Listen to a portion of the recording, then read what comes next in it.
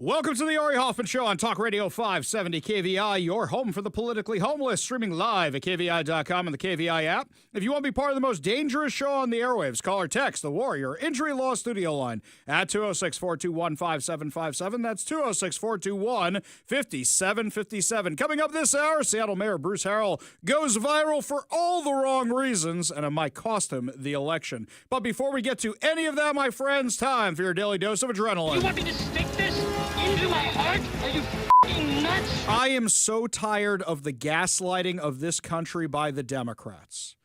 They keep doing this shtick where they go to Portland and they go to a place nowhere near where the Antifa violence is, and they pick a place where there's no homeless on the one specific block they have found and say, look how nice it is. The most recent one to do this is Nicholas Kristof of the New York Times.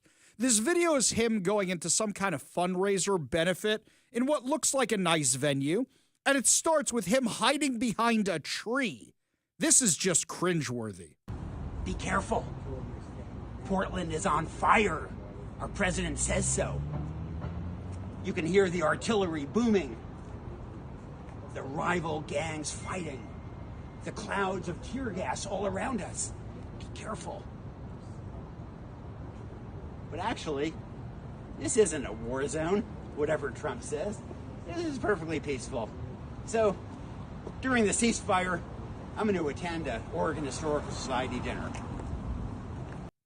Hey, Nicholas, are you outside the ICE facility right now? Have you been outside the ICE facility? I love that this is the guy from the New York Times. You know why? I went up and looked up their writing on the autonomous zone, their coverage of the deadly 2020 autonomous zone. Ready for this? New York Times, this is the first article they wrote on it. Free food, free speech, and free of police inside Seattle's autonomous zone. Then they attack Trump. President Trump challenged Seattle's mayor to take back your city after the police vacated a station house and protesters laid claim to the neighborhood around it. 6 people were shot. 2 people were killed, all black teenagers. Rapes, robberies, and murders went up 250%. There's been $20 million in lawsuit settlement. And yet, they describe the autonomous zone as free food, free speech, and free of police inside Seattle's autonomous zone. They're doing the same thing to Portland. Now, can we be real about Portland for a second? Portland has become a magnet for everybody on the right and the left. Katie Daviscourt, one other person, our friend, the honey badger mom, who we had on the show a few weeks ago, they've been there for the last 3 months. Everybody else showed up this week. Be it on the right or the left, everybody showed up this week. Whatever it was the last 3 months during the entire summer since June, that is not what it is today. The National Guard wasn't there 3 months ago. All the reporters weren't there 3 months ago. And the Seattle Times is part of this gaslighting as well. The Seattle Times is absolute garbage. Now, I'm not even entirely sure they actually sent somebody down there, or they're just picking up the narrative. I'm reading from their article because they finally printed something yesterday. For an area claimed by Trump to be under siege by terrorists, South Portland at nightfall has been conspicuously quaint in recent days. So are you admitting it works sending in the National Guard? Or are you just not anywhere near what's actually happening? Because I'm seeing the videos of the chaos. About 3 blocks north of Portland's ICE facility, customers lounged outside a brew pub and sipped their last dregs of beer shortly before 9 p.m. Thursday. Time out. Do you know when all the violence starts? 10 o'clock at night, 11 o'clock at night. And also, aren't you guys the ones saying, well, it's just 1 block, it's just 1 block. So this is a couple blocks away? Across the street, a couple strolled their dog through the amber glow, spilling from a wine bar. There, the loudest sound was the wind rustling leaves of trees lining each sidewalk, their trunks bright with strands of twinkling lights. Given the relative calm, Trump's National Guard announcement, made through a post on Truth Social in late September, caught many Portlanders by surprise. For some, however, it was only the latest jab in nearly a decade-long feud between the president and their famously weird city, known for its leafy neighborhoods, indie stories, artisanal donuts, and a penchant for protesting. Wow. Talk about not covering the story at all. You're trying to make it seem like it doesn't happen. You know how you guys covered the autonomous zone? Because I went and looked that up also. You guys did almost the same thing the New York Times did. You guys talk about planting in Cal Anderson Park. Dozens of people with rakes and wheelbarrows spread topsoil and chicken manure in newly planted gardens. The ones on top of AstroTurf. That wouldn't grow anything. Others gathered in small groups to discuss plans for no-till farming and fundraising for medical supplies. Yeah, that's how you describe the autonomous zone, where 6 people were shot, 2 people were killed. Rapes and robberies and murders went up 250% and $20 million worth of lawsuits. I took the light rail this weekend. Why is this relevant? You will see in a minute. I took the light rail this weekend. Here on the show, we are not big fans of the light rail or Sound Transit. And I was wondering what stories I was going to have from the light rail. The last time I took the light rail was during the Major League Baseball All-Star Game. I literally saw people doing stolen merch deals on the light rail. I saw the homeless people doing what they do on the light rail. Well, it was the middle of the day. It was a Sunday. I was going down to an event in Pioneer Square, and I didn't want to pay $120 for parking when you have the Mariners and the Seahawks and the Sounders and everything else going on. So I said, you know what? I'll take the light rail. I'll be in and out, no problem. Surprisingly convenient. However, there was one homeless guy on the light rail. It wasn't the biggest deal in the world. It wasn't at all. You know what? That happens in major cities. It does. It was relatively clean for mass transit system. It was fine. Didn't really have any problems. So I start looking around and I realize, well, there's other issues here. For example, there's no advertising on there that wasn't paid for by Sound Transit or somebody in Seattle government. So you'd rather rip us off. There was not a single fare enforcer in sight on a very busy weekend. So I didn't have to pay for that thing at all. I did, by the way. My wife said to me, Ari, not good if you go on there and get caught. You're wearing a yarmulke on your head and you've got your KVI sweatshirt. People are going to say things. So I paid my $6 for a round trip thing. Plus, also, now that I'm not paying for my car tabs, it'd be really bad of me to claim, oh, I paid for this thing already, but I didn't actually. So then I walked to Pioneer Square. Holy cow, 3rd Avenue. Holy cow. You know what? In Seward Park, if I was to make a video, I could go, there's no homeless problem here. Look how beautiful it is. Look how pretty it is. Oh, look, there's the mayor's house. There's no homeless crisis. That's because I wasn't on 3rd Avenue. Holy cow. Mike, I have never seen it so bad in my life. The buses coming and going. All the stores are closed up along major sections of that street. The homeless are everywhere. Wow. Just wow. But if I wanted to, I could claim everything's perfectly fine in Seattle. There's no issue at all. Everything's perfectly fine. And that's what the media is doing. That's exactly what the media is doing. In fact, CNN isn't even sending anybody down there. What's CNN doing? Oh, what did that police chief say, that there's no crime? Let's just quote him. White House Press Secretary Caroline Leavitt hit back at CNN's Caitlin Collins on Monday over questions about President Trump's authority to deploy the National Guard troops to Portland, calling a recent federal court ruling blocking the move untethered from reality and law.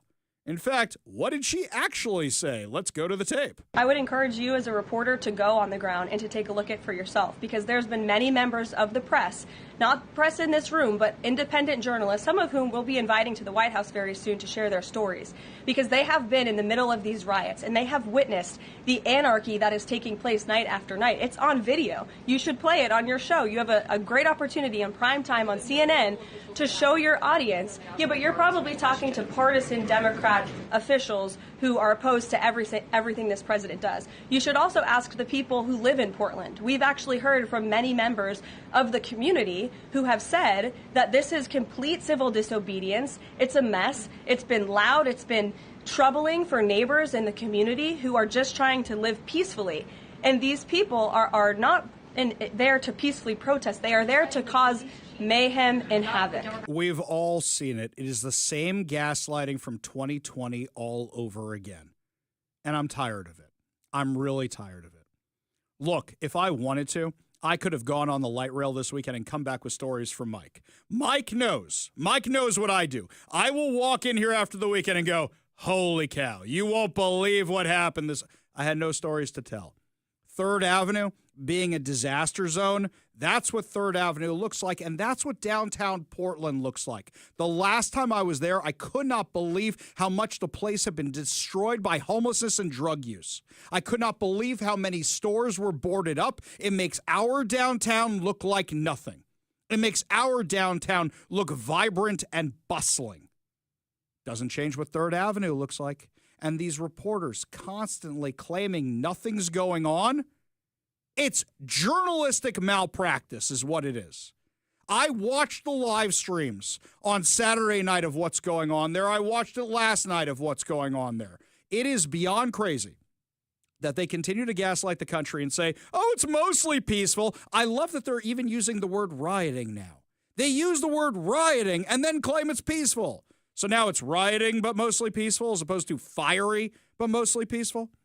Tell me how peaceful this is, by the way. According to the Daily Wire, the FBI arrested 2 individuals on Saturday after they allegedly rammed their vehicles into a Border Patrol vehicle in Chicago, triggering a shooting.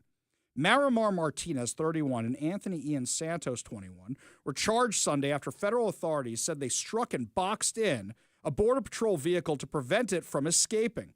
Both were charged with forcibly assaulting, impeding, and interfering with a federal law enforcement officer.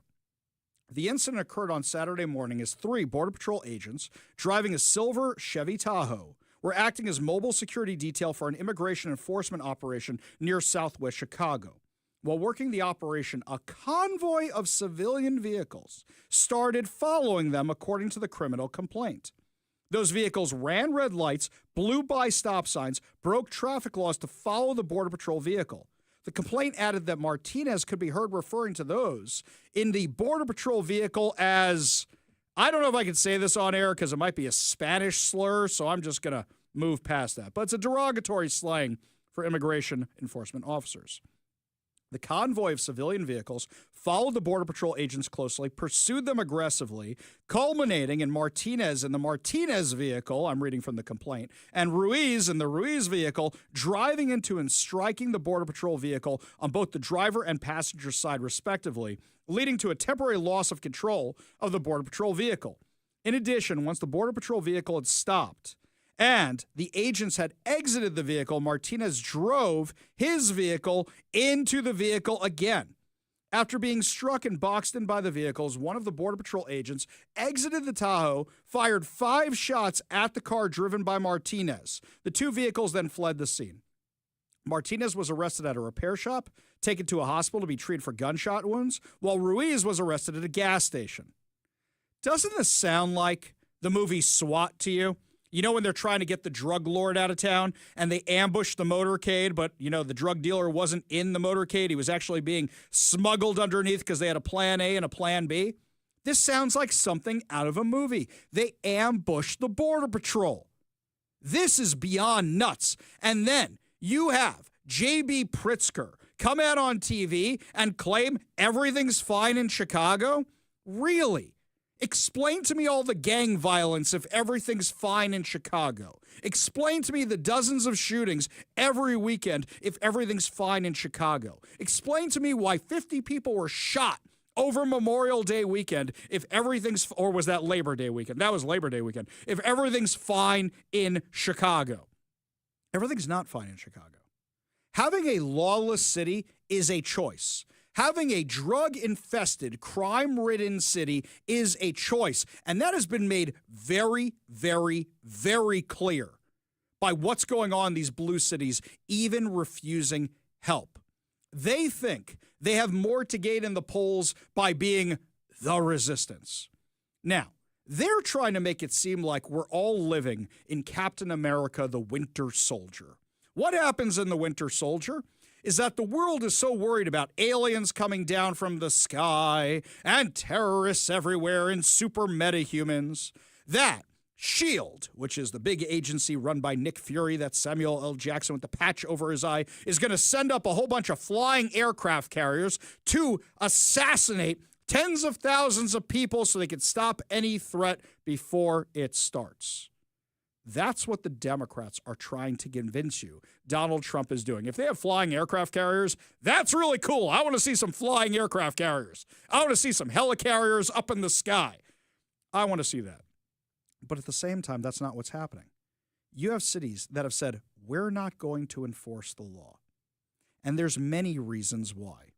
Do you want the most basic reason why they won't enforce the law? There's more money in not enforcing the law. So, first of all, if you don't have a lot of people in jail, you could save money on that. You could use it for other things. Money is fungible. 2, if you don't have to pay as many police officers, money is fungible. 3, if you're on the left, you're going to make your radical base happy by not enforcing the law because they are happy to paint this narrative like the New York Times, like CNN, that everything's hunky-dory in these cities.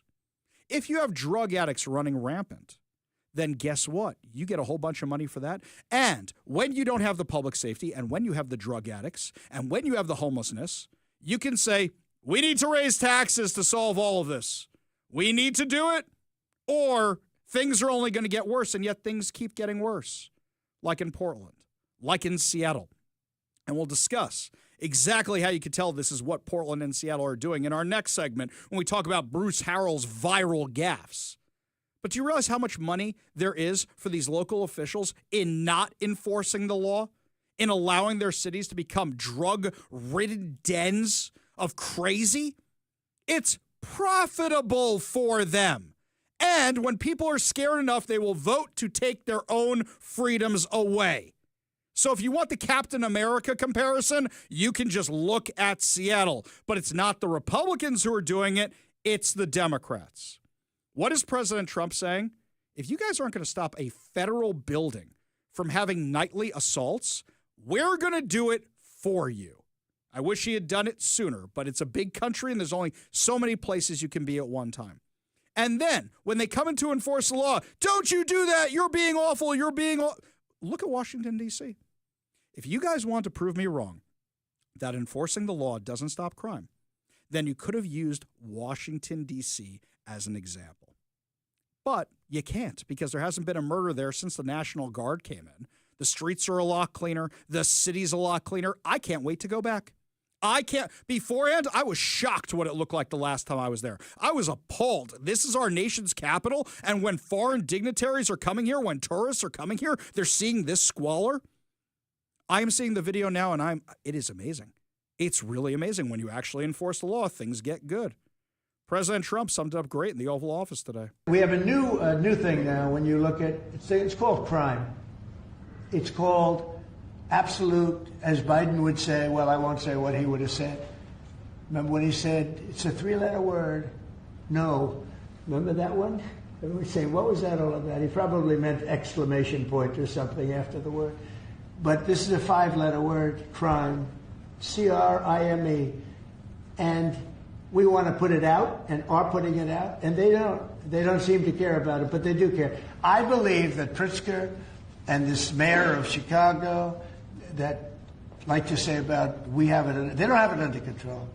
Not only is it not under control, it's the opposite. And I believe they're afraid, they're scared for their lives. I believe that the Portland people are scared. You look at what's happened with Portland over the years, it's a burning hellhole.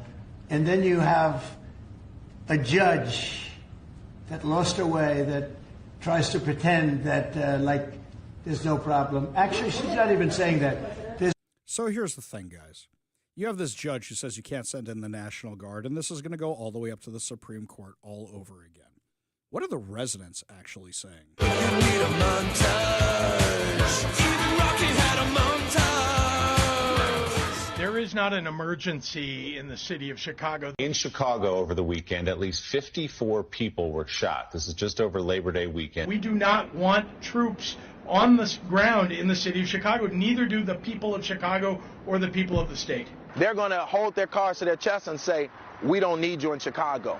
Well, I'm here to say, we do need you in Chicago. No one wants them to come, that crime is down. The governor as well as the mayor should be on board with it just so we can get a bit more of security in Chicago. So all the residents are claiming they want the security of Chicago, or I should say the ones being interviewed are claiming they want security. The very people of color that Pritzker says he's defending are saying they want security. You know what the Democrats are most terrified about? They're most terrified about the feds coming to town, showing that enforcing the law and stopping crime works. And then people saying, you know what? It's not so bad with this orange-haired man, with this yellow-haired man with the orange skin. It's not so bad. And then all their little grifts dry up. It is crazy to me that the Democrats are literally saying we would prefer violence, we would prefer our citizens be unsafe, we would prefer people be on drugs, we would prefer crime be rampant in the streets, than we want any help at all. I don't think they need the help. I think they are refusing to do what needs to be done to clean up their cities specifically for financial gain, specifically because they know people will keep voting for taxes, because they know people will keep voting for them because they can promise they're going to be the ones who are going to solve it. And as we've been saying for years now, guess what happens when you enforce the law? Cities become safer. The New York Times, CNN, all these lefty outlets should be ashamed of themselves because they are gaslighting America by saying what you are seeing with your own two eyes isn't happening. Pay no attention to what's happening here. Where were they the last 3 months? They didn't care till the National Guard came to town. We got a whole lot more to discuss as the show continues, my friends. When we come back, Bruce Harrell illustrates the point by saying he doesn't want to put anybody in jail. Now those comments have gone viral and may cost him the election. I'll tell you what's going on when we come back. You're listening to the Ari Hoffman Show on Talk Radio 570 KVI.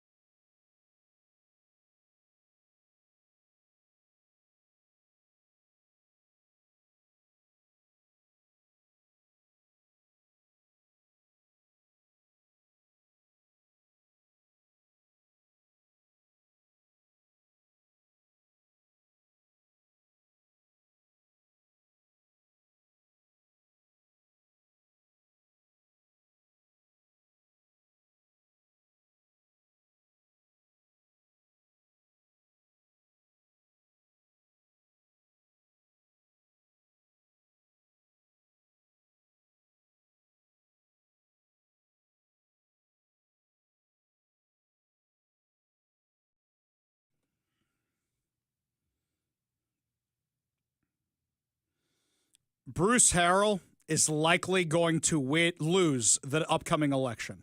And beforehand, when people would ask me, Ari, do you think he's going to win or do you think Katie Wilson's going to win? I would say I think he's going to win, but it's going to be bloody, meaning he's going to be politically weak afterwards. Politically bloody. With each passing day, I am more convinced he's going to lose because he keeps alienating the moderates who would vote for him, so much so that most people are saying, what's the difference between these guys? There is no difference between them. Bruce Harrell is trying to be Katie Wilson. And as long as he continues trying to be somebody on the left, you just go, the people on the left say, I want a real lefty. I don't want Bruce Harrell. Guy took too many hits to the head when he was playing football.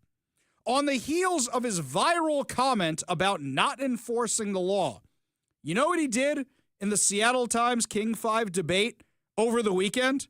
He admitted that he is making the homeless problem worse. Now, make no mistake about this. When I said 70% of the people in Seattle who are unhoused are not coming from the city. They're coming from elsewhere. I've been working on these issues. My wife, too, is former CEO of United Way in Health and Human Services space. We've been working on this issue a long time. Well, then you and your wife suck at it. If 70% of the people who are homeless here in Seattle, according to the numbers you just said, are not from Seattle, you are attracting them. Come to Seattle. We'll give you a free phone. We'll give you whatever drug paraphernalia you want. We'll give you an apartment. We'll let you do whatever you want with no consequences. You are funding it. They're not homeless shelters. They are taxpayer-funded drug encampments and drug shelters. When Bruce Harrell first entered public office as a Seattle City Council member in 2008, there were roughly 8,400 people experiencing homelessness in King County. Now, Seattle's the biggest city in King County, but this is King County. By the time he left the council in 2020, that number had jumped 39% to 11,800. As mayor, the trend continued. He started in 2022. The official point-in-time count found 13,368 people experiencing homelessness. By 2024, that number has jumped to 16,868. That's a 26% increase. In total, Seattle's homeless population has doubled since Bruce Harrell took office. Now, let's go back in time for a minute. In February, we had a report from our friends at the Discovery Institute. We had a report that 50% of the people coming in were from out of the city. That was the same number Jenny Durkin had claimed when she was on her way out of being mayor of Seattle. Now, what I find fascinating is Bruce Harrell probably has the real statistics they're not admitting publicly, which is probably what the Discovery Institute was using. If we go by their real statistics and we always say the point-in-time count is an undercount, Bruce Harrell probably has more accurate numbers based on how many people are on the streets, how many people they're actually treating, all the numbers we don't have access to. And he decided to pull out the big guns for a debate with Katie Wilson, saying, who do you want to solve this? Somebody who's been working on it for 20 years or you who comes along? Well, a normal person would say, you've been working on this since 2008 and you suck at it. It's only gotten worse. Let's try the socialist and see what ideas she has. Whoever is running Bruce Harrell's campaign needs to be fired. Needs to be fired. Because right now, people don't see a difference. They go, I'll vote for the Meteor. Where's the Meteor? I want to vote for the Meteor for Seattle. Let it burn. I did a poll yesterday, completely unscientific. Twitter poll on my X account. And the Twitter poll showed something fascinating. I asked, are you voting for Bruce Harrell? Are you voting for Katie Wilson? Or do you not care? You're not voting for either one of them. 84% said they're not voting for either one of them. 84%. Now, mind you, I assume most of the people on my X account don't actually live in Seattle. But at the same time, it shows a bigger issue. Normally during these polls, Mike knows what happens. Normally during these polls, the conservatives go, I'm going to pick the more conservative candidate. I'm just going to pick him, even if I don't live in Seattle. And the lefties go, I'm going to pick the more lefty, even if I don't live in Seattle. Most people here are picking We're not voting for either of these people. We don't care about either of these people. Bruce Harrell's comments going viral over the weekend about not wanting to enforce crime. Oh, it's bad. It's super bad. If you missed that gem on Friday, here it is. Mayor Harrell, I'm going to go back to that repeat offender question. If somebody has offended 6, 7, 8 times, even if it's a minor offense, but they continue to fail to turn their life around, at what point do you balance public safety to giving this person, some accountability? What is that balance? So let me make something very clear. I was the one that sponsored the ban the box legislation when everyone opposed it because the criminal system has had a disparate impact on black and brown communities. Let me lead with that. So when this person is committing 6 or 7 crimes, I don't know his or her story. Maybe they were abused as a child. Maybe they're hungry. So my remedy is to find their life story to see how we could help first. I have no desire to put them in jail. Yeah, that's completely obvious. It's completely obvious because you're not putting the people in jail. Well, let's underscore how internationally or nationally viral this clip went. Like, I think I reposted it from just about everybody I saw that has any kind of high profile. I mean, Ted Cruz reposted that of all people. Goodness. But the thing that I put out on my Twitter account is to underscore that, like, friends, this is the moderate candidate. Mm-hmm. You're 100% right, Mike. And that's why people go, we don't see a difference between these two. And that's why I think Bruce Harrell's going to lose. Whereas beforehand, I thought he might win. Speaking of losers, looks like a Democrat candidate for Attorney General is about to be forced to drop out of the race. When we come back, my friends, he said some interestingly violent things about Republicans. We'll have his crazy comments for you when we come back, plus a whole lot more. You're listening to the Ari Hoffman Show on Talk Radio 570 KVI.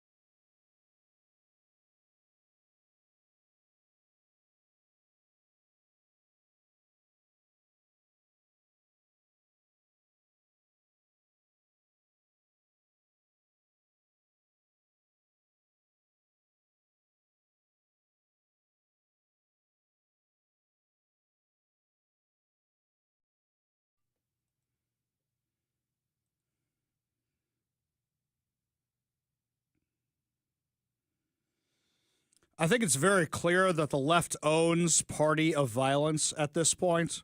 I think it's very hard to claim otherwise. If you want to say the right had it before, even the Atlantic and lefty surveys that have come out since the assassination of Charlie Kirk are showing that all the violence is trending on the left side, while it's eclipsing any violence there was on the right. Over the weekend, Democrat Jay Jones, who's the 2025 Democrat nominee for Virginia's Attorney General, is now trying to walk back some pretty bad comments he made when he wished death upon a Republican colleague and their children. He wants to be the top cop in Virginia who enforces the law, but he was literally talking about assassinating them. It was revealed this week by National Review that Jones is a man who revels in politically motivated violence.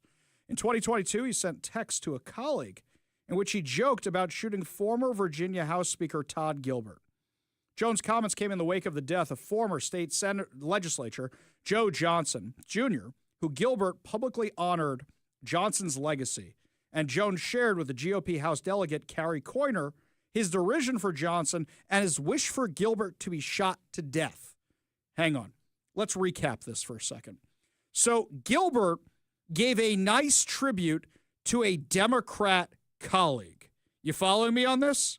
Said to a Democrat colleague, said nice things about them when they died.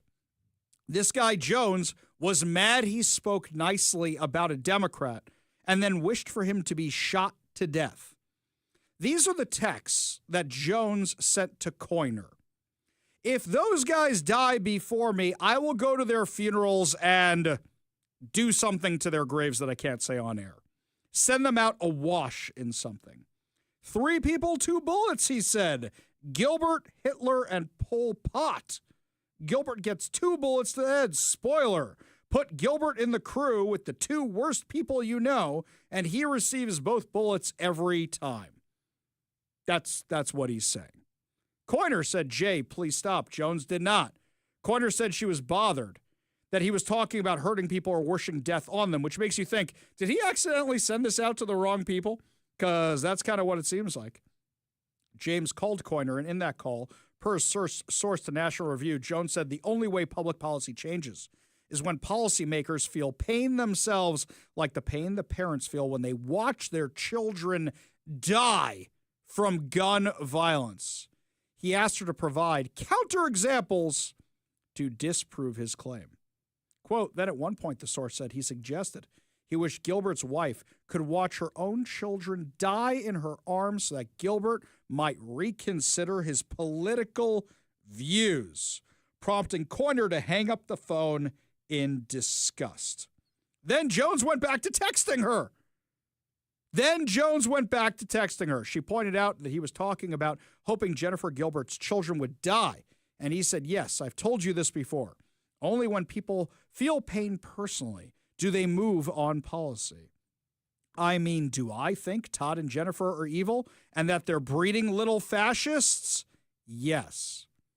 This was the day after Charlie Kirk was assassinated. The conversation was about banning guns, I believe. He gave a comment to a local NBC affiliate blaming President Trump. But I want to make sure I got this right. He's blaming President Trump for this. The left has lost their minds. It's fascinating to see how somebody talks when they think they're off record. So now he's trying to walk this back, says, I'm so deeply sorry for what I said. And I wish that it hadn't happened, and I would take it back if I could. Oh, really? It ain't working out so well for you. This is a guy who wants to be the top cop in Virginia. And this is the guy who's talking about going around and shooting people. He wants to be the attorney general in Virginia. I sometimes wonder what's in the texts that I get back that are redacted, the emails that I get back redacted from Ferguson's office or Nick Brown's office, or when Inslee was in office, his office. I really wonder about that stuff. I just got back a whole nother public disclosure request from OSPI. Redacted. And it was all personal emails they were having with other people, claiming, well, they're personal with other people. You email the government, I get to see it. Crazy. Absolutely crazy. The left now owns this party of violence stuff, and they're going to keep blaming it on Republicans, saying, nope, it's Republicans, always the Republicans. We go to the Warrior Injury Law studio line, take a call from Bennett the protester, who apparently is still down in Portland. Bennett, what do you do for a job that you can hang out in Portland this many days? Oh, it's complicated, but I wanted to tell you, oh man, I totally spoke it into existence. Last time I called you, I was making those joke war zone noises in the background, and that night it actually happened. Now I just actually started using the flashbangs and like the pepper ball, blast balls, repeater guns, like pretty much just like the stuff that I was actually doing my mouth when I called, and it's actually going on. So, Bennett, it sounds like you're agreeing of what's going on around there. And regardless of what it was for the last 3 or 4 months, whatever's happening now is not what was happening the last 3 or 4 months. It's escalated because you're down there and every independent journalist is down there and the National Guard is now down there. So it seems like anybody who's covering this and saying that stuff isn't going on is actually specifically trying to avoid saying that. Oh, I'm not claiming that they're not doing it. I'm saying it's all being instigated by ICE. This particular instance, actually, and I've got video. It's pinned on my Twitter, Ben and Hazelton. Everybody can see exactly what happened. They use a line of DHS agents. Bennett, I'm going to ask you this question again. I'm going to ask you this question again, Bennett. Are you live streaming the entire time? I'm recording the time. I'm not live streaming. Okay. Are you cutting the things you think are relevant? I mean, I'm adding all this time leading up to the things that happen, if that's what you're asking. I understand, but you're taking... How long are your videos? How long are your videos? If in the case of like the man and the woman being hit in the face with pepper spray by the DHS, you keep coming back to this one example. You keep coming back to this one example. What I am telling you is that with regard to something like the autonomous zone or what's happening in Portland, unless there is a live stream covering the whole area of what's going on, you are seeing a snapshot. And it's no different than anybody else in the media who's seeing the snapshot of what they want to see. To claim the riots isn't happening, to claim there isn't crime on the streets, to claim there isn't a homeless problem, to claim there aren't drugs, to claim none of this is happening is insane. Whether or not ICE is now instigating it after 3 months of being attacked, we can have that conversation, but you weren't there 3 months ago when this started. You haven't been there the last 3 months, no different than the New York Times. Appreciate the call. Appreciate you being part of the show. You want to be part of the show, give us a call or text at 206-421-5757. That's 206-421-5757. When we come back, my friends, the New York Times clearly is not the paper of record anymore, and one of their former editors just made a blockbuster deal that could change the landscape of journalism. We'll have all details for you when we come back. You're listening to the Ari Hoffman Show on Talk Radio 570 KVI.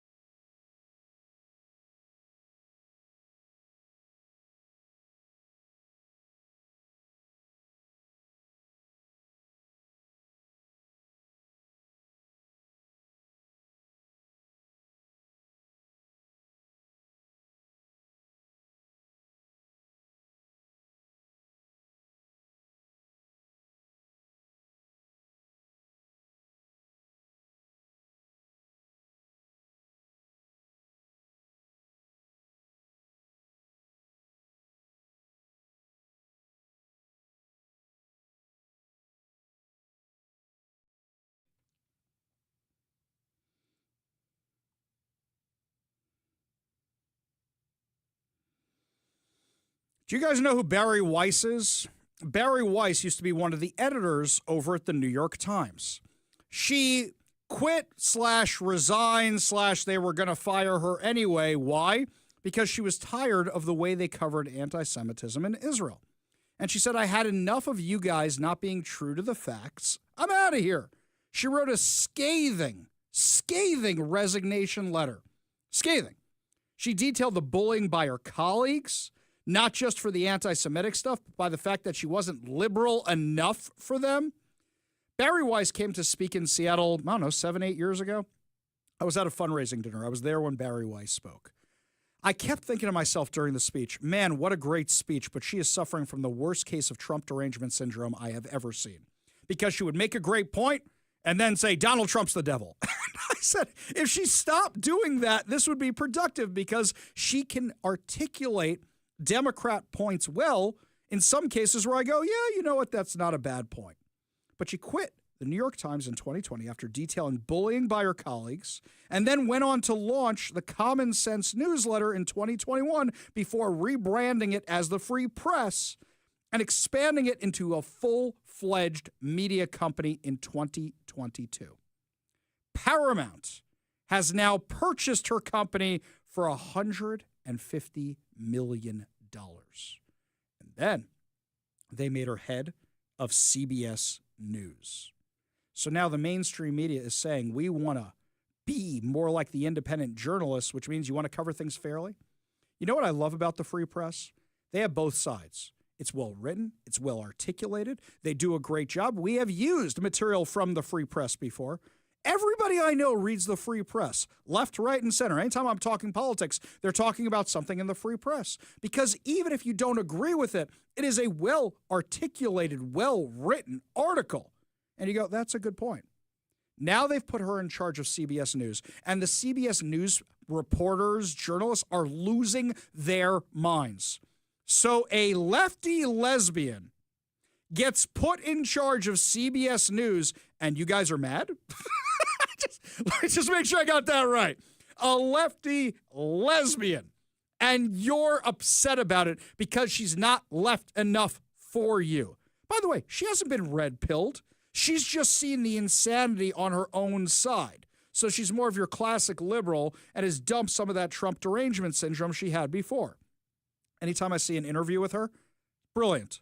Even if I disagree with it, brilliant, well articulated, like the argument. And it helps me refine my arguments by going, here's how somebody on the left says it, and then I can respond from the right. Is the mainstream media going to follow this example and realize that maybe by embracing both sides and not being ideologically driven, that maybe you might win back some consumers? Paramount sure seems to be. Why do you think they dumped Stephen Colbert? Nobody was watching. Why do you think they bought the Free Press? Tons of people were.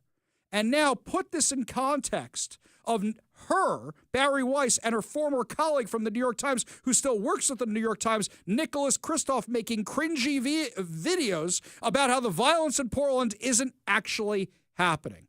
That's why Nicholas Kristof is Nicholas Kristof, and Barry Weiss just sold her company for $150 million and became head of CBS News. We go to the Warrior Injury Law studio line. Take a call from Jake in Seattle. Jake, only got a minute, buddy. Make it quick.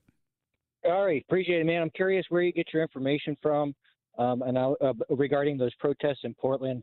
I'm also curious, for years the right have said that the Second Amendment is to defend against tyranny. And I'm curious how you define tyranny and how mass federal agents in places where cities and states have asked them not to be detaining people based on their race is not tyranny. Thank you. No problem. I appreciate the comments, and I wish I had more time to do this. Let's sum up the not tyranny first. Oh, Jake, you left. If you want the answer, stick around, Jake. And then we can have a bit of back and forth. I would have kept you over to the next segment. But if you're trying to do a got you moment, nobody has proven to me they are rounding anybody up by race. I challenge you to do otherwise, because I've seen just as many white people arrested who are here committing crimes as I have seen people of other origins. To continue to claim it is just based on race just ain't true. I also didn't hear you say anything about the masked protesters in the streets who are chanting for terrorist organizations. You seem to have only a problem with the ICE agents wearing masks when they're being attacked by the left and doxxed by the left. Wish we had more time to discuss that. Free to call back. When we come back, more of your calls, more of your texts as well, but also somebody broke in to the Washington State Capitol and vandalized the place, lit flags on fire. Who was the suspect? We'll tell you all about it when we come back. You're listening to the Ari Hoffman Show on Talk Radio 570 KVI.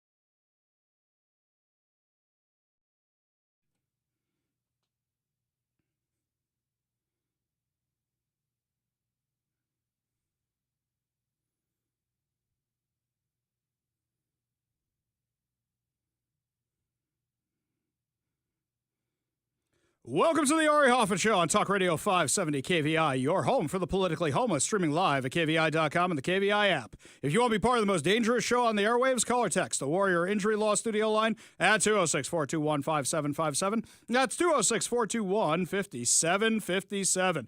Coming up this hour, a vandal breaks into the Washington Capitol, causing thousands of dollars in damage. What was the motivation? But before we get to any of that, looks like Jake continued to listen afterwards, and I said give us a call back, and he did. So back on the Warrior studio line is Jake from Seattle. Jake, let's start from the beginning for people who weren't listening before. You had a whole bunch of stuff you threw at me a second ago. Pick one, and let's go with that. Sorry to rush you. Yeah, no problem. You followed my direction, so you get to come back on air because I said I was short on time. So give me the thing you're most passionate about. Well, yeah, I'm really concerned about the assault on American civil liberties. Like we talked about before the break, you mentioned you hadn't heard of any instances where folks were being detained solely based on their race. And I'm sorry, but the Supreme Court issued a decision off of its shadow docket that allowed federal agents to continue detaining folks solely based on their race. So, all right, how is that even defensible? I don't understand. What's the other side on this? Well, I'll start with this one, okay? I don't know everything. I haven't seen that decision. Feel free to send it over to me, and I will read it, okay? Happily. I will happily take a look at that. I most certainly will. So you send that on over to me. I'll check it out. I may not get back to you today because I got a Jewish holiday tonight, but I'll get back to you as soon as I get a chance to read it. Fair? Yeah, absolutely. I'm surprised you haven't heard of that. That's months old. Send that one over to me because I can't see everything, man. I'm like two guys here. We got me and Mike. That's it. Okay. I don't know. Yeah, it's just me, man. I just watch crazy left news like PBS NewsHour. Okay. And that's how I get my information, man. I don't know what bubble you're in, but yeah, this is pretty obvious. And I appreciate you saying that, but hang on a second. I'll let you finish. That I'm telling the truth. I'm not saying you're not telling me the truth. I want to know what I'm talking about. You know what? There's a difference between the two. That's not me accusing you of being wrong. That's me saying I'd like to read the court decision because sometimes when you read a court decision, there's a sentence before or a sentence after that clarify things. So what am I saying here? I'm giving you completely anecdotal arguments, okay? And here's my completely anecdotal argument. Not all Jews look like me. In fact, the vast majority of Jews don't look like me. A lot of the Jews in Seattle. Which kind of Jew are you talking about? I'm Ashkenazic. The Sephardic ones usually don't look like me. The Israelis usually don't look like me. Right, exactly. Not a single one of them. Not a single one of them has told me they are afraid of being rounded up. Okay? This argument that it's about race-based, if it was only race-based, I wouldn't be seeing all the white drug dealers or all the white human traffickers or the other crimes they've committed on social media being rounded up. I think you're trying to make the point that it's exclusively happening to black or brown people, and I don't grant your premise. No. I never said anything about Hispanic folks or black people. I said that they're detaining people based on their race. Whether that's because they look Albanian, now you have a different problem. Now we have a different problem. And this is something that actually I think is of the Democrats' own making. What happened was they said Democratic Party, you mean? The Democratic Party, yes. The Democratic Party, you're right. Not the Democrats who vote for the Democrat Party. The Democrat Party itself. Right. So we're all Democratic Party members. The Democrat Party was something pushed by McCarthy. Fair point. Don't call it the Democratic Party. Call it the Democrat. And fair point. So every time you do that, I'll give you that point. I will grant you that premise. So what happens is when ICE is not allowed to pick up criminals who are being detained by local law enforcement or under arrest by local law enforcement, they have to go into communities. When they're going into communities, they also have to detain other people who are in those communities. Right, I'm going to push back on this. Wait, not done yet. Quick. Not done yet. You can push back on me for a second. Apologies. We have seen this happen time and time again, that when they go into the workplaces or when they go into the communities, first of all, you have a suspicion that they are harboring these people knowingly. And you have to confirm who they are not. And you're going to find more people who are in this country illegally when that happens every single time. So I would make the argument that because of these sanctuary policies, more people are getting caught in the net than if they weren't going door to door, house to house, business to find these people. Go ahead. So if somebody commits a crime in this country, do you think that they should be held responsible and face punishment in this country? I feel like I'm being set up, but do you feel that way? Well, you okay. Do you feel that way? Oh, yes, absolutely. Okay, Absolutely. so then you said it was authoritarian to enforce federal law. No, sir, I did not. I said it was authoritarian for there to be masked federal officials. Does the mask make it authoritarian? If so, what about the people who support Hamas who are wearing masks out on the streets? Yeah, well, shit, man. Those aren't Whoa. Can't cuss on apologize. air. Sorry, Jake. Got to dump you when you do that. Appreciate the call. Appreciate the conversation, but you can't do that because then we got to dump you. We go back to the Warrior Injury Law studio line. Take a call from Beth in Seattle. Beth, what's going on? Yeah, I think a lot of the people that are questioning the federal actions in Portland forget one important point. It is against the law to blockade a business or an organization, any kind of facility. It's also against the law to block public streets. And if a protest was doing that for a couple hours, it's still against the law, and maybe the police would let it go. But when they've done it for 90 days, that it takes 20 officers in riot gear to clear the street every time a car goes in or out of a facility, and the police don't do anything about that. Yes, if it's a federal facility, the federal government should come in. And Bennett and others who are saying that they're being too mean should explain why they have the right to blockade any facility. If it's an apartment building, it's also against the law, and you shouldn't do it. You should be arrested. I agree with you, Beth, and here's something else. They seem to care about accessibility for the handicapped and whatever until it's a situation like this, right? They really care about streets and sidewalks and pedestrians until it's Antifa shutting it down. But there's something else here. I've mentioned this before, the public duty doctrine, which we have here in Seattle, and other cities have various versions of the public duty doctrine. And what that is basically said you can't be held accountable if you're an elected official for doing policies. Otherwise, they'd be being sued for everything they do. I wonder, however, if it's something on the books and you fail to enforce it, I wonder if that supersedes the public duty doctrine. So I'd be fascinated with that one. And now I have to consult some legal experts because though I am not a lawyer, every member of my family is except for me. Yeah. Well, there's a lawsuit against Portland for that from people who live just across the street from that facility who've endured serious noise complaints very late into the night for day and day on end in a way that just is wreaking havoc with their sleep and their ability to live in their apartments. Yeah, exactly. And it's beyond suing the crazy. city. And they should be suing the city. And my bet is they actually settle because they don't want to go to disclosure. When they go to disclosure, full disclosure, they get everything, including all the emails. And my guess is the city doesn't actually want to give those up because we're going to find out even more.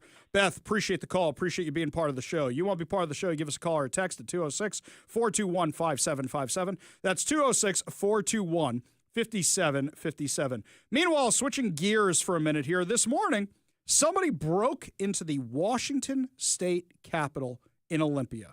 Yeah, broke into the place, vandalized the place, and let a few things on fire. Now, when I heard about this, my initial reaction was homeless, mentally deranged, or Hamasnik.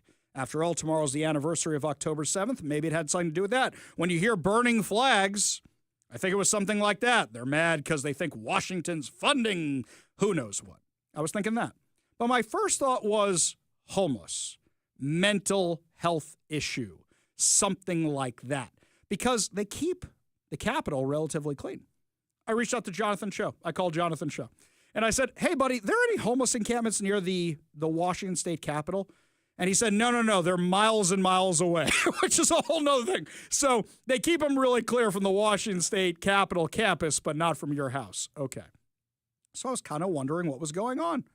Because what happened was this morning, we got a statement from Lieutenant Governor Denny Heck. And Lieutenant Governor Denny Heck wrote this. On Sunday evening after 10 p.m., an individual broke a window and entered the state capitol building. He proceeded in a fairly short period of time to damage several items in the building. He tipped over both iconic busts on the third floor. One of those is George Washington, by the way. All flags by the fire pots on the east side of the rotunda were thrown over, and one was burned. He broke a glass door to enter the state reception room, where he also set fire to several objects, including the original rug, which is a priceless treasure. The State Patrol quickly apprehended the suspect as he was exiting the building following his rapid-fire damage spree. I commend the State Patrol for their swift and professional response. He has been booked into Thurston County Jail and charged with first-degree burglary, first-degree arson, and first-degree malicious mischief. Then he adds this. Over the last several years, there has been significant escalation of both violence-tinged political rhetoric, and actual violence. We can continue to adapt security measures, and we will, designed to prevent and deter such incidents. The fact remains, however, that we must all do our part in turning down the temperature. Violent rhetoric, property destruction, violence against individuals are a cancer on our democratic society. Okay. Decent statement, but I have two questions from this decent statement. One, why is Denny Heck writing this and not Bob Ferguson? Shouldn't Bob Ferguson, the governor, be writing this and not the lieutenant governor? Turd Ferguson. Exactly. Where is Turd Ferguson? Oh, right. He's still on his 2-3 week vacation that he decided to take. Where is he today? Nobody's really sure. Nobody really knows where he is. By the way, if it's a health issue, he should say it's a health issue. Remember what happened with Ron DeSantis' wife? Remember with Ron DeSantis' wife when everybody said, "Where's Ron DeSantis? Where is he?" And then you find out the wife has cancer and everybody felt really bad about that. I hope it's not a health issue. But he said it was a vacation. So kind of wondering where he is. And also, when the state capitol gets broken into, can you expect a tweet or something? You think wherever he is, they're not telling him what's going on? Of course they are. So why is Denny Heck doing this again? If he's the governor, he's the official governor in charge, then you know what? I expect a statement from Denny Heck. But at the same time, then Bob Ferguson shouldn't be signing executive orders because he's not the governor in charge. Hours after we found out about this vandalism, finally Bob Ferguson tweets, "Last night, an intruder broke into the legislative building, damaged several facilities and historical artifacts. There was significant damage, blah, blah, blah. We have the most beautiful Capitol in the country. I'm grateful for the quick work of our Department of Enterprise Services," those are the cops on campus, "and Washington State Patrol to bring this individual safely into custody." I would expect a little bit more. It seems like this was written in a hurry just to get something out there because everybody had the same question I did. Why is Denny Heck doing this and not the governor? Now, the story itself about what happened last night is crazy. Now, before I tell you who the suspect was, listen to it. Suspect parked a car on a flower bed in the flag circle in front of the legislative building at 10:15. A first trooper arrived 30 seconds later. Second trooper arrived, and they began looking for the occupant of the abandoned vehicle when the alarm sounded in the legislative building. For those of you who haven't been to the campus, it's huge. You don't know if somebody got into the building. You don't know if they're running around campus. You don't know what the story is. Suspect had 2 hammers, broken through a ground floor office window. Suspect proceeded upstairs, damaging small equipment like card readers and hand sanitizers as he went through the building. Eventually made his way to the rotunda and the 3rd floor, escalating damage, damaging statues and flags as he progressed. He then started a fire in the state reception room. Department of Enterprise Services will have more detail on the actual damage, which they sent out later. 3 troopers were on scene. They booked him, found him breaking out of the building through another window, booked on burglary of 2nd degree, arson of 2nd degree, malicious mischief of 1st degree. Now, they say no indication of political motivation, except this guy grabbed the American flag, the Washington state flag, lit them on fire on that carpet we talked about.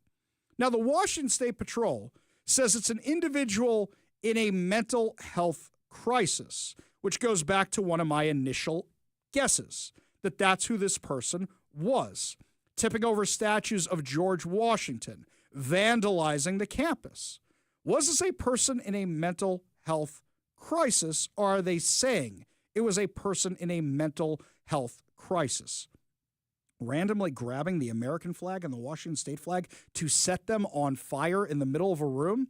Not political in nature?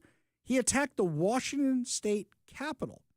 Now, I have no reason to question the official statement, but it's a little confusing to me when Denny Heck says politically tinged violence. Okay, Maybe the lieutenant governor was saying, you know what? This is an opportunity. This is an opportunity to say, okay, we're not going to stand for violence here in Washington. We're not going to do it. We're just not going to do it. Maybe that was an opportunity. And if so, kudos to Denny Heck for trying to do that and saying, you know what? We don't want this to be the speculation of violence of one side or the other. Let's just say kumbaya together. And it was a lunatic who just wanted to vandalize the building. If so, maybe. But the burning of the American flag and the Washington state flag, the toppling over of a bust, I have many, many questions. Until we have the suspect's identity, can mine their social media if it even exists. But here's something else. Let's say it was a mental health individual, a person who's having issues like that. Who defunded the mental health facilities like Western State Hospital? Oh, right. Because of Jay Inslee's incompetence, they were defunded. Because of Bob Ferguson's incompetence, they were defunded. Let's think about that for a second. Something else. You guys going to prosecute this person? Because you should prosecute people who vandalize people's homes and highways and streets and who burn whatever else it is whenever they're in downtown Seattle or anywhere else in Olympia for that matter. You're going to prosecute this guy but not prosecute other people? Or is this going to be one of these things where the person gets released because it was mental health challenges? You guys are a victim of the very thing you allow to happen to the citizens of this state. It's sad that it happened to the Capitol. It's a gorgeous building. If you haven't been to the Washington State Capitol, it is truly magnificent. Truly. Evil happens there, but it's a truly magnificent. I mean, I think it's one of the most, I've seen a lot of state capitals. It's one of the most beautiful ones outside of Washington, D.C. It really is magnificent. So I have a lot of questions about this, and I'm kind of curious if we're ever going to get the answers to it. Time to file a bunch of public disclosure requests and get some police reports. We go to the Warrior Injury Law Studio line, take a call from Doug in Gig Harbor. Doug, what's going on? Hey, Ari. Hey, yeah, I went to that Capitol, I think, on a school tour when I was young, and it's beautiful. And I'm sorry to hear that happen. My point is, I know they're looking at George Soros, but you know what? If it was possible to freeze those all of his little tentacle assets, I bet you Antifa would have a little problem with that, don't you? Yeah. Yeah. Right. Exactly right. I don't know if that's legal or not, but boy, I sure hope they do something about that. And we've known a long time, you know, the funding is is doing this. And I don't know. We got a great FBI now and everything, so I hope they catch him. You know what's fascinating to me? Wait, let me just stop you there for a second to make a point. It's fascinating to me that the Hamas protests have kind of wound down since the ICE stuff started. Do you think they're just funding one cause at a time? Man, I don't know. You're right about that. Yeah.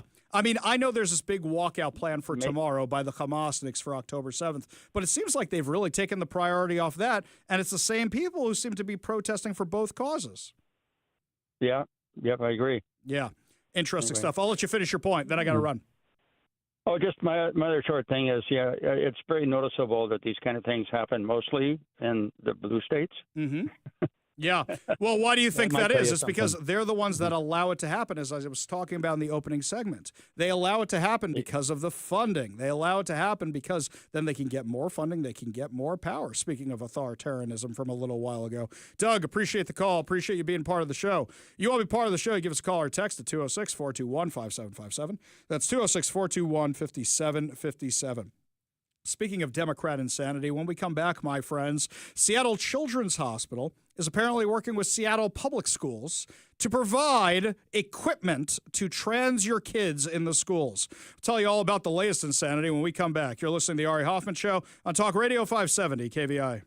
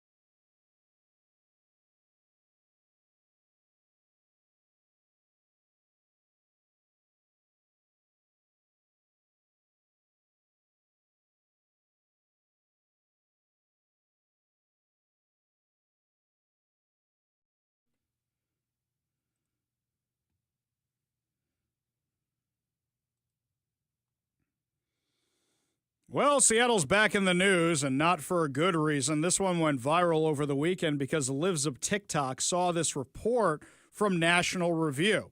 Seattle Public Schools launched a program earlier this year in collaboration with Seattle Children's Hospital to provide gender-affirming products to the schools. Now, I have to warn you, this is cringy. And I don't mean cringy like awkward. I mean it makes you actually want to cringe and kind of, no. Sorry, apologizing in advance. Products such as chest binders, trans tape, use your imagination, tucking underwear, and a few other things I'm not sure I could say on the radio, to middle and high school students to use at will. The supplies were provided by Seattle Children's Hospital, placed in lockers for students to access, beginning in March 2025 as part of the Seattle Public Schools Community Health Locker Project, according to emails obtained by the watchdog group Defending Education via a Freedom of Information Act and shared with National Review. You know how they used to say, oh, they put Joe Camel on the cigarettes so that kids would go, oh, cartoon character, I should start smoking. That's why they made the candy cigarettes so you could feel cool while smoking. That's why I had the candy cigars so you could feel cool while smoking. Think about all the other things they say. They do it in school so that you'll do it later. My wife, I were joking around. She was talking about how her school, when she was growing up, had free Microsoft products all the times. Why? Because Microsoft wanted to be the good guys, get the tax write-off, but also they wanted the data, and they wanted to see how kids use these products so they could develop them more and more and more, and so the kids would be PCs down the roads and not Macs. It worked. Why do you think Seattle Children's Hospital is giving all the trans stuff to Seattle Public Schools? Because they want the clients down the road. The SPS Health Education Office worked with the Garfield High School Teen Health Center to provide a safe, confidential place where students can receive medical care, nutritional services, and mental health care to stock the lockers. Seattle Public Schools and the Seattle Children's Hospital did not reply to National Review's request for comment. The initiative was briefly put on hold due to federal changes affecting LGBTQ plus communities, but was quickly resumed. While emails do not specify which federal changes caused the school to put the program on hold, President Donald Trump signed an executive order in January this year that bars federally funded schools from injecting left-wing dogma around sex and gender into K-12 curricula. In addition to trans tape and tucking underwear, both of which are used to conceal you-know-what, students were also given access to makeup kits, hair, nail remover, and sports bras. The student-led group Garfield Gay Straight Alliance provided guidance on which products should be put in the lockers and how often the lockers need to be restocked. That's a student-led group. You're listening to a bunch of teenagers on health-related items. Are you kidding me? Quote, we've definitely crossed the Rubicon where the concept of school supplies includes chest binders, tucking underwear, and trans tape, said Erica Stanzi, Senior Director of Communications at Defending Education. This is evidence of a district that has been captured by gender ideology and is complicit in harming other people's kids. A LinkedIn post from a self-declared Seattle Public Schools Community Health Locker advocate said the project was initiated via the SPS LGBTQ plus project program coordinator as a step toward expanding access to gender-affirming products for gender-diverse students. Why do they do this at school? It's not because you might need feminine hygiene products at school. You might need trans hygiene products at school. They do it so you can come to school and play dress-up so your parents won't know about it. That's why they do it at school. That's why they have something like this at school, so they can hide what you're doing from your parents. These health lockers throughout SPS middle and high schools include chest binders, condoms, and makeup for free, the Post read. This helped inform over 25,000 SPS students receiving a secondary level education, hopefully many more students to come. Before the locker program began, the LGBTQ plus support coordinator in the district's health education office sent an email to faculty and staff emphasizing the importance of taking special interest in LGBTQ plus students around the holidays, given their families might be non-accepting, and there it is. Why'd they set up this whole thing? Because they want to hide it from the parents. Quote, holiday season can be challenging for LGBTQ plus students, and we frequently see an uptick in mental health crises and suicidal ideation during this time. The person with the they-he, how does that work? How does the they-he thing work? never mind. I'm not even going to get into that right now. Queer and trans youth with non-accepting families or who depend on schools for basic necessities are most at risk. The director from Seattle Public Schools also included a list of coping strategies for the holidays for educators to pass along to LGBTQ+ students. The support coordinator also suggested that students reach out to the Trevor Project. Oh, the Trevor Project.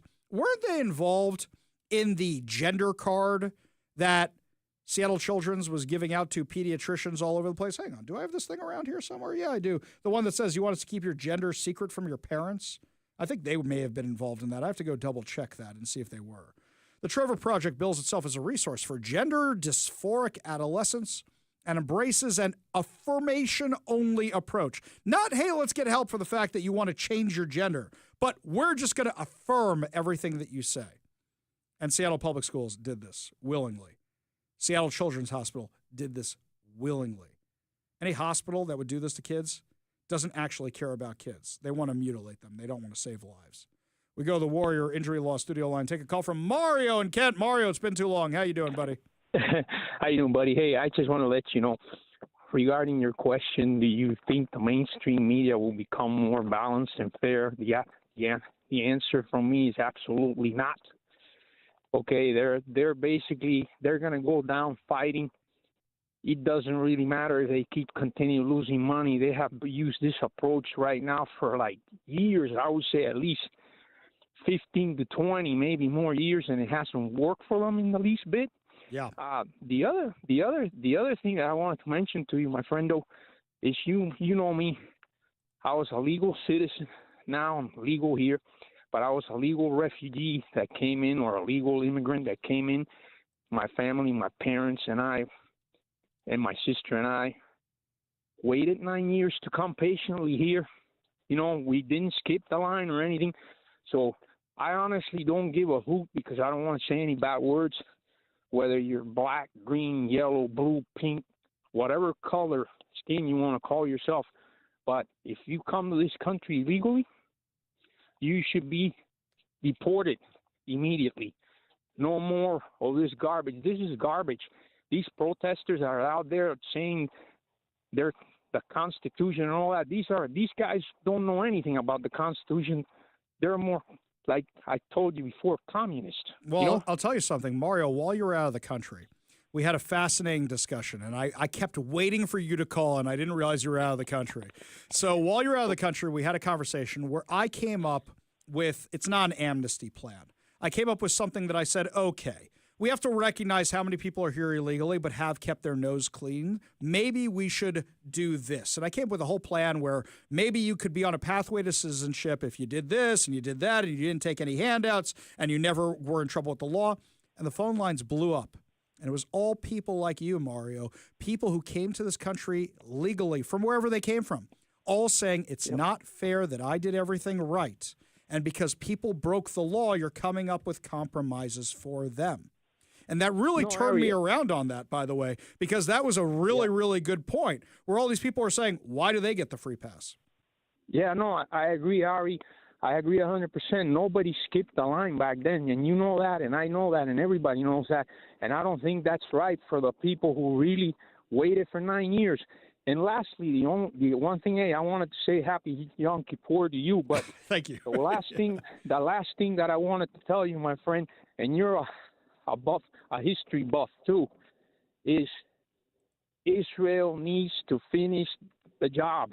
I've seen it many times throughout history. Even empires didn't finish the job the first time. Yep. And they had to go back a second time. And I will mention to you, and I know, we can get into a debate whether you like him, love him, or hate him. But let me tell you who experienced that. One of the best emperors Rome ever had was Trajan. And Trajan had to do 2 campaigns in Dacia for the same exact reason, Yeah, but also look at army of 100. Look at the Bible for a second. What's Amalek, right? Amalek, the commandment, yeah. right? You have to go after Amalek, and any time in Jewish history, in the Tanakh, in the prophets, and anytime they come back, They have to go in again because they didn't take care of it the first time, and No, that's exactly it. You're right. I didn't get into Bibles. I just got into more of the secular world. Sure. But what I'm telling you is this guy had to write letters to all the provinces that says, hey, send me whatever volunteers you can and assemble a massive army of 100,000 people. And then they sign a peace treaty thinking this guy was going to honor it, and he sends everybody back home. And then the thing breaks out again, and he says, oh, shoot, now I got to summon the provinces again and all that. This time I can't afford. There isn't going to be any more peace treaty. What's funny He is, ended it all. Mario, you're getting a lot of love on the text line. Ernie says, since Mario did it right, I'm sure he knows more about the Constitution than the demonstrators. And John in Auburn says, amen, Mario. So I'm going to sign off with that for you today, Mario, and say, amen, right, Mario. Appreciate the call. Appreciate you being part of the show. You want to be part of the show, give us a call or a text at 206-421-5757. That's 206-421-5757. When we come back, my friends, a movie theater in downtown Seattle is the question of whether or not it was a profitable investment for the city of Seattle. We'll tell you all about it when we come back. You're listening to The Ari Hoffman Show on Talk Radio 570 KVI.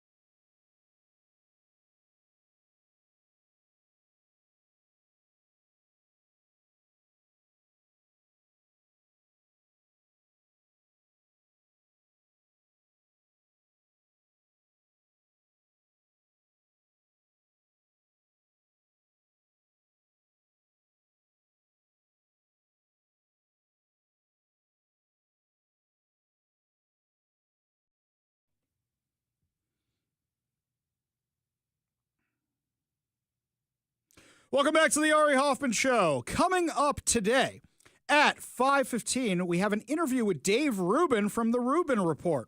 I asked him on because I found out something fascinating. Ever since Charlie Kirk was assassinated, he decided to do the Charlie Kirk and start keeping Sabbath. We had a whole discussion about faith, the Middle East, had a whole discussion about Mamdani in New York, because both Dave and I are from New York. So make sure you're listening at 5:15 when we're joined by Dave Rubin from the Rubin Report, something you don't want to miss, especially my liberal friends who might remember him from the Young Turks. Now he came over to our side. So definitely something you don't want to miss. Yeah, another reason always keep your radio tuned to 570 KVI. Left on your dial, always right on the issues. You can also stream us at KVI.com.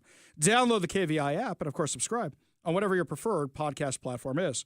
So I mentioned earlier in the show that I took the light rail yesterday, went down to Pioneer Square for an event, and as I was leaving, it was easier to get to the light rail station by the stadiums. Believe it or not, it was easier to go against the flood of people coming for the Seahawks game. And, Mike, you know what I saw when I was out there? I saw illegal food vendor after illegal food vendor after illegal food vendor. I thought to myself, young Zach from the morning show must be losing his mind. According to King 5, the Seattle Mariners are launching their playoff series at home this weekend. And with the Seahawks and Sounders also playing, more than 100,000 fans could crowd into the city's stadium district on Sunday. By the way, this is an older article. The math has it at about 200,000 people were down there. This means booming business for hot dog vendors, but not everyone is cashing in fairly, according to licensed sellers. Legal sidewalk vendors say they're losing money to a surge of unlicensed competitors operating near the stadiums. One licensed vendor told King 5's Matty White he occasionally sees health inspectors force unpermitted sellers to leave, but they often just move a block away and continue serving food. This sounds exactly like the homeless problem here in Seattle, right, Mike? Well, I mean, the cart's got wheels. So. Exactly. It can basically go wherever it wants. I have seen these operations. They are not very extensive. It's you grab one side of this table, I'll grab the other side of the table, and with the other hand, I will tow my cooler on the ground, and we will just move a block over. So, yeah, but then I got to ask you a question. I mean, I know some people want a quick diet, which is why they go to the unlicensed food vendors, but I wouldn't buy one anyway, because when I see the unlicensed food vendors, I worry what it's going to do to my stomach. Mike, are they worth the risk? I just kind of wonder, are they even worth the risk, or are they tastier than what you can actually get elsewhere? Because I have no experience. Well, since I am friends with producer Zach from The Morning Ride, which you can listen to every weekday morning from 5 to 9 a.m. right here on Talk Radio 570 KVI, I have since forsooken the unlicensed hot dog vendors. But I will confess to the KVI Nation and the Big Mike Militia, I've sampled the forbidden meat. Last year, before my counterpart Zach decided to take on this crusade, and it was fine. Okay, it's fine. I didn't die. I mean, my scraped up leg would have. See, that's the thing. If I could survive a scraped up knee, I could survive a unlicensed hot dog in front of the Lumen Field after the. You know, there was so much Rodellos in my tummy that I think it would just killed off anything that was in there. Anyway, those cans were so big they should not sell you multiples of those. I blame Lumen Field, not myself. I am free of responsibility here, but no, the thing with those is the presentation always looks great. Like the hot dogs look like they're all bacon wrapped, and like all like the veggies look like they're fresh and delicious. And at the end of the day, it's fine. It's fine. Okay, this is why I go to you guys. I need the expertise on this. Meanwhile, another crazy story out here: the Grant County Sheriff's Office in Washington is reporting that a toddler found a live grenade in the front yard of his family home on Monday night.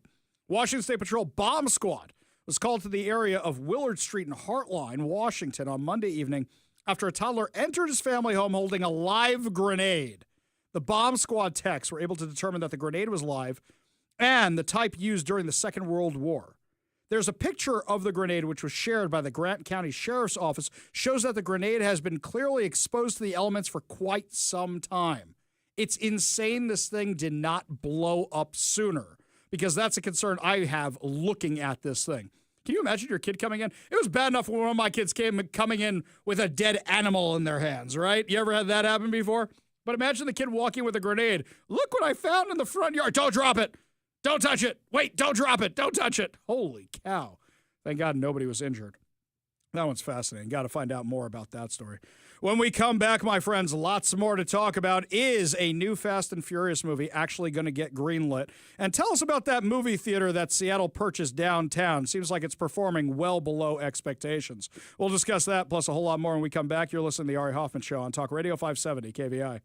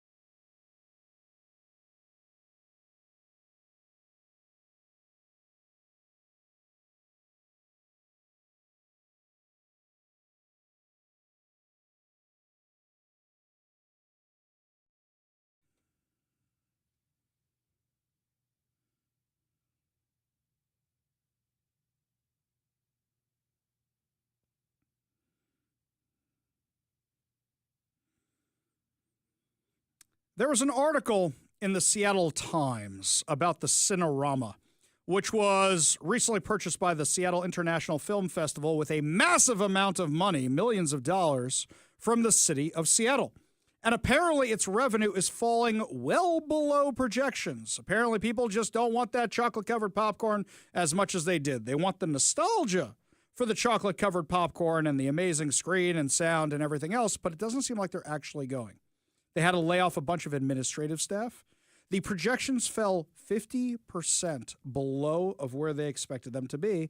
And now the question is, how are they going to continue to survive? A film festival every now and again in downtown Seattle isn't going to do it. Now, this is something I criticized at the time because I said, why do you think this is going to do anything? There was an election coming up, and they said, oh, let's save the Cinerama, and people will thank us for it. There were other things you could have done with the property while keeping the Cinerama. Could have rebuilt it. There were things you could have done. 50% below, this is like what we saw with Jimmy Kimmel, where all these people who said, hey, we want to save this thing, don't actually watch it or don't actually go. Yeah, they should tear Jimmy Kimmel down and build condos. That's what they should do instead. Yeah, tear that whole studio right there in Manhattan down to the ground and build condos instead. Now, something else that's having financial problems is apparently the new Fast and Furious sequel. It's number 11. There's article in the Wall Street Journal going through the finances, which Mike found over the weekend. He said to me, I was reading this thing, fascinating. Now, you've got a problem. This franchise has been going on since I was 20 years old, and I'm now 44. Let's do that for a minute. So this franchise has been going on for a long, long time. I would argue that since number 7, it's kind of been not that great. 8 was okay. 9 was not great. 10 had its moments, and I don't even know what to expect from 11, but everybody wants to know, the Fast and Furious fans, if you're going to wrap this thing up with a bow. Just the salaries alone are so expensive that Universal is concerned about whether or not it can recoup its costs. You've got big names in this thing. Aside from Vin Diesel, who was a nobody when you made the first one, now you've got Michelle Rodriguez. You're talking about bringing Paul Walker back from the dead digitally, which that's a whole nother story there. You've got The Rock. You've got Jason Statham. You've got Jason you've got Balboa. Him too. Him too. You've got all these guys in this thing. The salaries alone, and they look at how other blockbuster tentpole franchise movies are doing. And the new Superman movie scared a lot of people because it didn't break $1 billion. So they're wondering if they're even going to do this. Now, Vin Diesel seems to be enjoying tweeting, hey, we're going to have an update soon. Hey, we're going to have an update soon. And then we're going to have another update soon. And I promise there's going to be an update soon. Is he just trying to will this movie into existence? So just the other day, and I'm getting this from bleedingcool.com, after a few years of ambiguity, fans are still waiting for official confirmation about the next entry in the Fast and Furious saga. However, star Vin Diesel just dropped a new hint about where things currently stand. And for what he's saying, it appears that the future is looking bright for the franchise. Wait a minute. Wall Street Journal just said it's not looking bright for the franchise, that the math may not be penciling out. Diesel's update arrived on Instagram alongside a photo with co-star Michelle Rodriguez, his ride or die since the 2001 film, and wrote, just wrapped an incredible day filming with my ride or die co-star about the future of Fast. After listening to her, something became crystal clear. She will always be a Letty. The lengthy message ends on a promise to honor what fans love while taking the story somewhere new, which sure sounds like forward motion for another forward chapter. He also addressed Rodriguez's value to the series while nodding to years of changing studio regimes and even the constant connection between the Fast family, crediting Rodriguez as a vital component of that bond.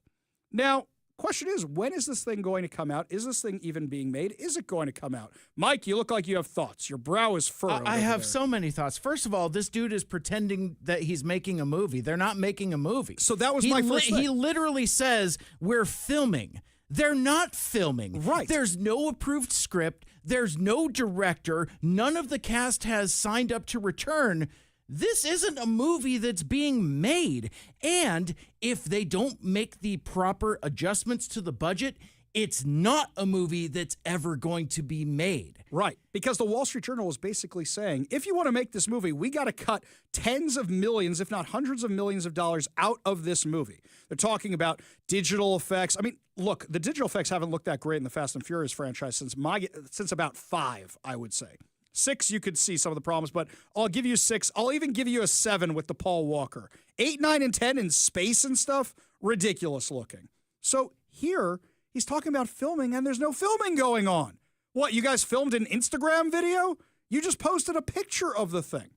It seems to me like Vin Diesel is trying to will this franchise into continuing, where the studio is saying, you have to cut money out of this franchise or we can't make one.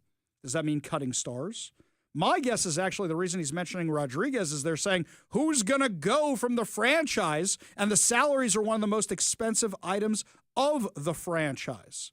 Are we going to get a satisfying end? The beginning of the road ends or the end of the road begins or something like that? I'm not sure we're even actually going to get that. I hope this is it, and that things just end on unresolved, promises made, promises not kept. Maybe that lady will be out of the submarine. Maybe The Rock will come back. None of it will happen. And that, I think, would be a fitting end for this lackluster film franchise, for it to end on not just a cliffhanger, but an entire series of unresolved cliffhangers, not unlike that Super Mario Brothers movie. It's a real, you're not going to believe this situation. Yeah, I completely If you agree don't know with what that is, ask your parents. I completely agree with you. When we come back, my friends, speaking of promises made, promises not kept, looks like Hamas is always trying to renege on their deal with Israel and President Trump. We'll tell you what the president said when we come back. You're listening to The Ari Hoffman Show on Talk Radio 570 KVI.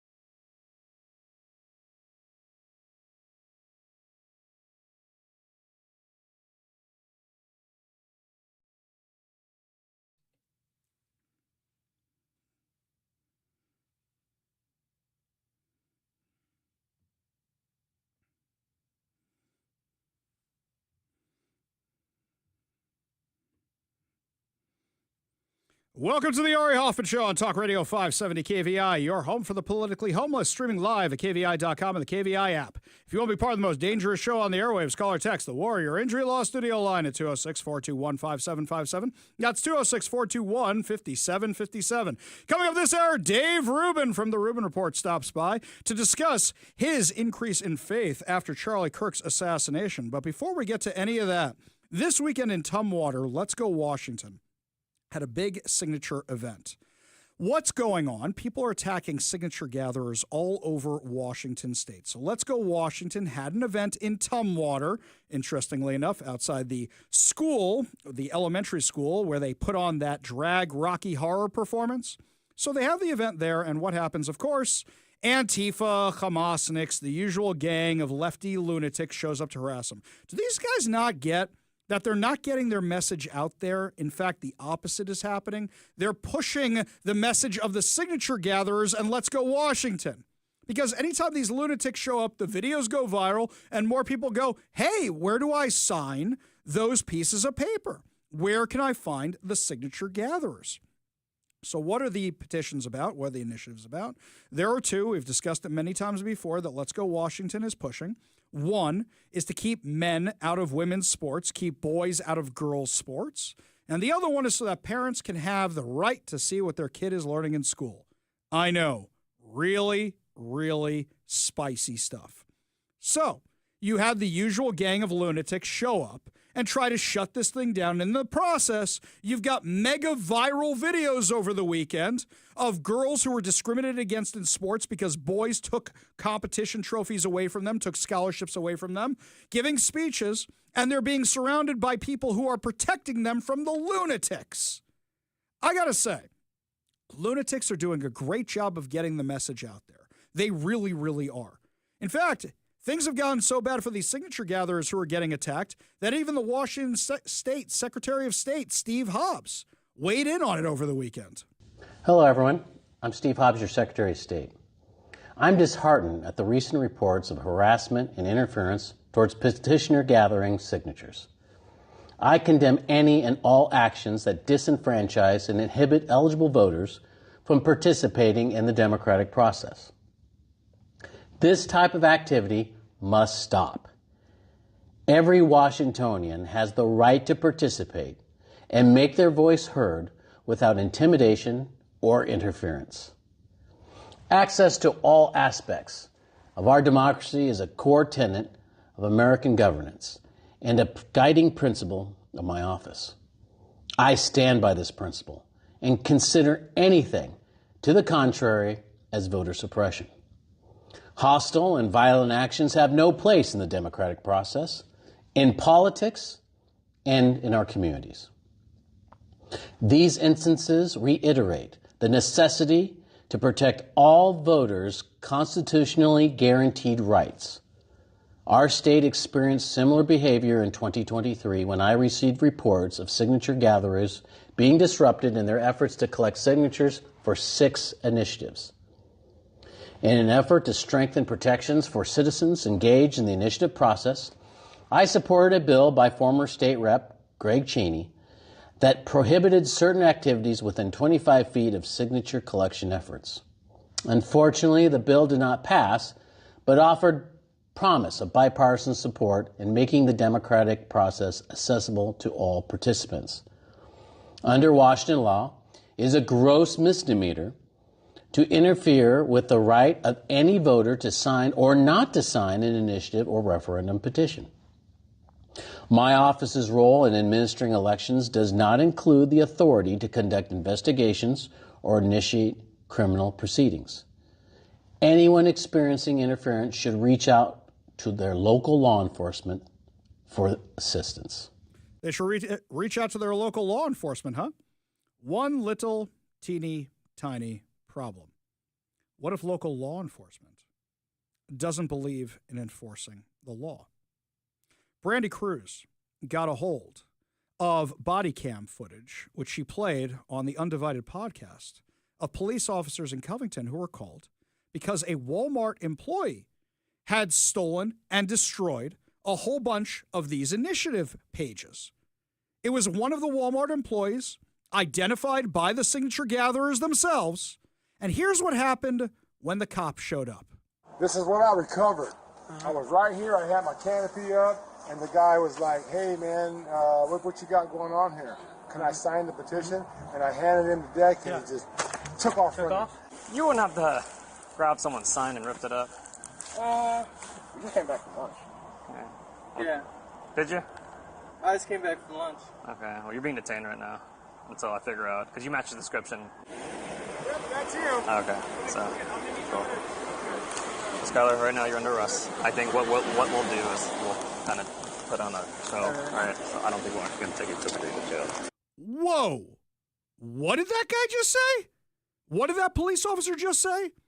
We're going to put on a show, and not actually take you to the police station?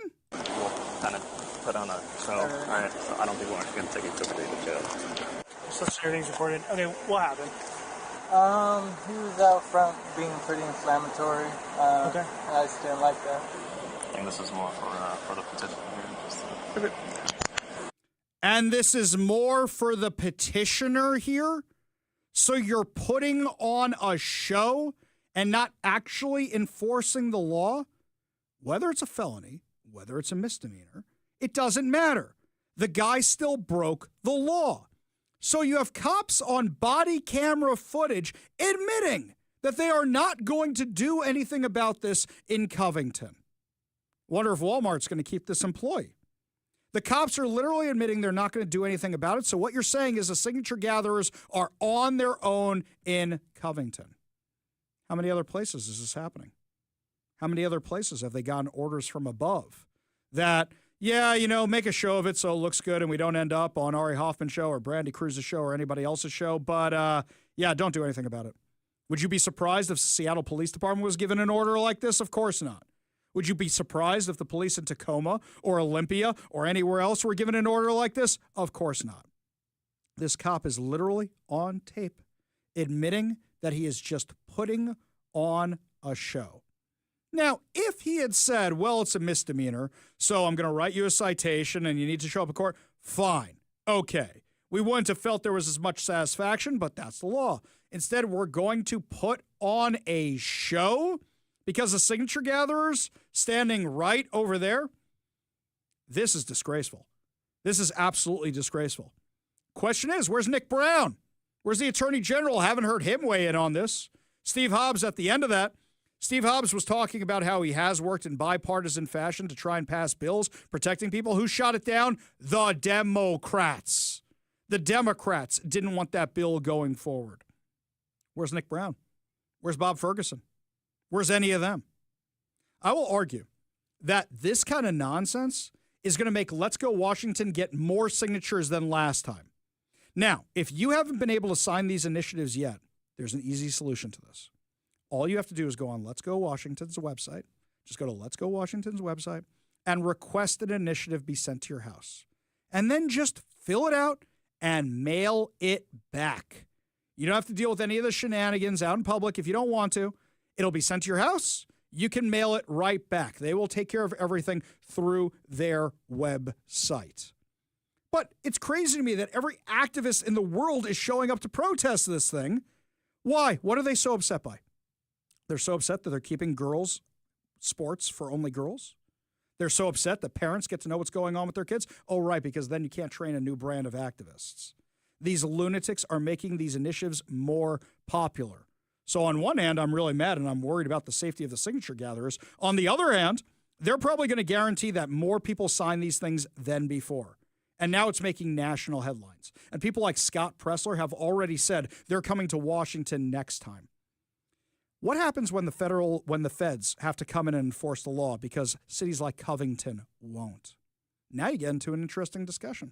Do you want the feds coming in because the city of Covington won't do its job or any other city won't do its job? What recourse do the voters have? Here, you're talking about somebody violating state law, and you have the police who are tasked with responding not doing their jobs. Was it because that's what they were ordered to do? Or because they agree with these guys? Either way, it's not good. Question is, what are you going to do about it? You're mad right now. You're going to contact the Attorney General's office, call them up, email them, and say, what are you guys going to do about this? You're going to contact the Covington Police Department and go, hey, what the hell? You're going to contact Bob Ferguson, right? Not in state. Not in state. So here is where you get to a point where people feel like they are left alone, where people feel like they are abandoned. And now you get to understand people in Portland who say, of course we want the feds in here. Anytime I do a poll saying, do you want the feds coming to Seattle to enforce the law? You say yes. Now you have an issue in Covington where you have police officers on body camera, knowing they're on body camera footage, admitting they're not going to enforce the law. Absolutely crazy. Absolutely crazy. The left gets mad when you do enforce the law, by the way. How dare you crack down on peaceful rioters? How dare you do that? The left is the party of violence.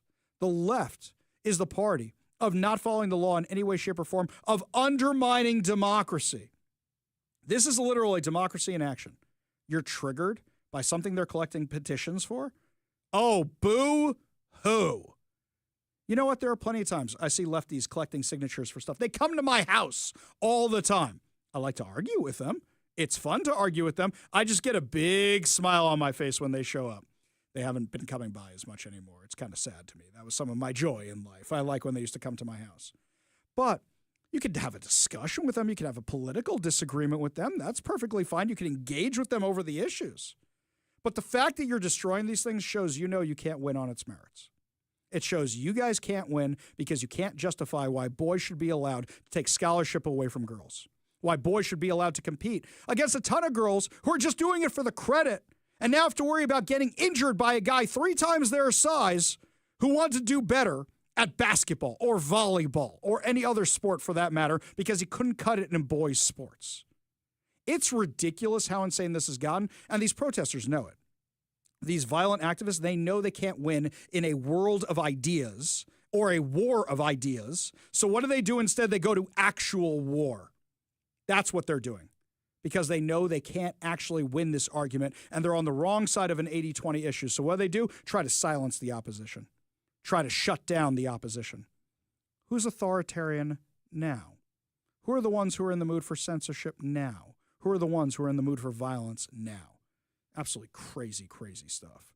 When we come back, my friends, Dave Rubin from the Rubin Report will be joining us to discuss what's going on in the Middle East, to discuss what's going on with Mamdani, but also discuss why he decided to get a little bit more observant in his faith after Charlie Kirk's assassination. You're listening to the Ari Hoffman Show on Talk Radio 570 KVI.